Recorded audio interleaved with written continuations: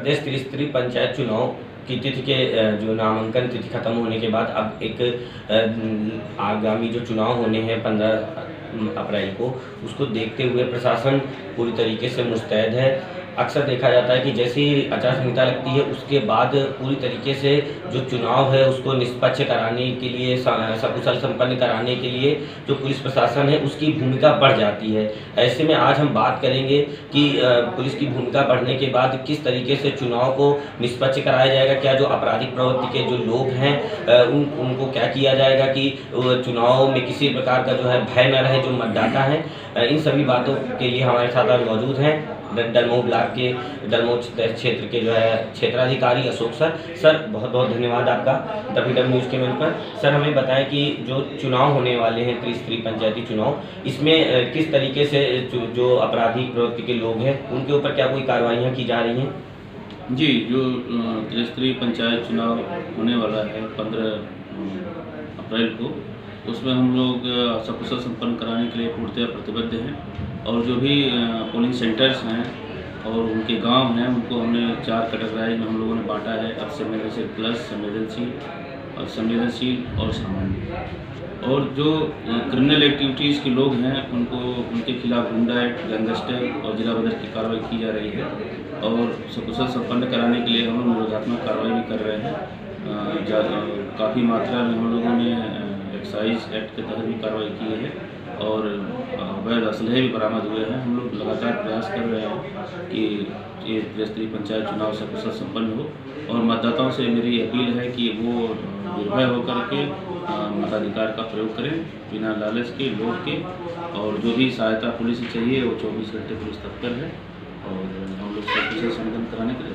Sir अक्सर देखा जाता है कि चुनाव जब शुरू होते हैं तो उस समय जो एक शराब है या और अन्य किसी प्रकार के जो नशीली पदार्थ होते हैं उनका जो है चुनाव में बहुत ज़्यादा प्रयोग किया जाता है। उसको इस बार किस तरीके से रोका जा सकेगा? हम लोग निरंतर निगरानी कर रहे हैं। हम लोग अभियान चला करके जो इलिसिट लीकर है उनको बरामद कर रहे हैं, उनके खिलाफ कार्रवाई भी किया जा रहा है। ये प्रलोभन और मतदाताओं को अपने पक्ष में करने के लिए जो प्रत्याशी हैं वो इनके प्रकार शराब, पैसा, इस तरह की लालच देते रहते हैं। उसमें हम लोग चौकन्ने हैं, उस पर सफल नहीं हुआ से हम लोग काफ़ी मात्रा में शराब पकड़ी भी है और काफ़ी क्रिमिनल्स को हमने जिला बदर कराया है और काफ़ी लोगों को जेल भेजा गया है। अभी आपने बताया कि क्षेत्रों को कैटेगराइज किया गया है, सेंसिटिव जोन बनाया गया है, तो उनका क्या आधार है उनको कैटेगराइज करने का?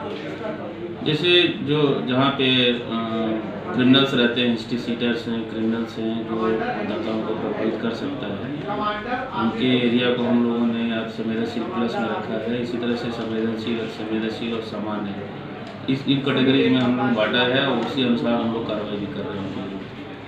अक्सर देखा जाता है जो चुनाव लड़ते हैं प्रत्याशी होते हैं उनके तरफ से या उनके यूँ कहा जाए कि बैक साइड से कुछ जो बाहुबली या कुछ ऐसे प्रभावशाली लोग होते हैं जो अपना प्रभाव दिखाकर जो है मतदाताओं को जो है मोटिवेट करते हैं, तो उनके लिए आप क्या संदेश देना चाहेंगे?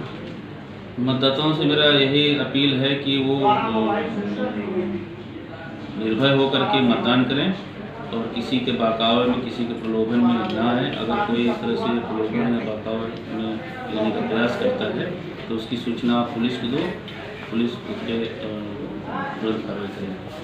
तो इस तरीके से आपने देखा कि जिस तरीके से बताया गया कि जो मतदाता हैं वो भयमुक्त होकर वोट करने जाएं, किसी प्रकार के प्रलोभन में ना फंसे। और जो क्षेत्र है उनको कैटेगराइज करके उनको डिवाइड किया गया है। सेंसिटिव प्लस में कई सारे जोन हैं बांटे गए हैं। आप देख रहे हैं WW न्यूज़ के साथ आशुतोष।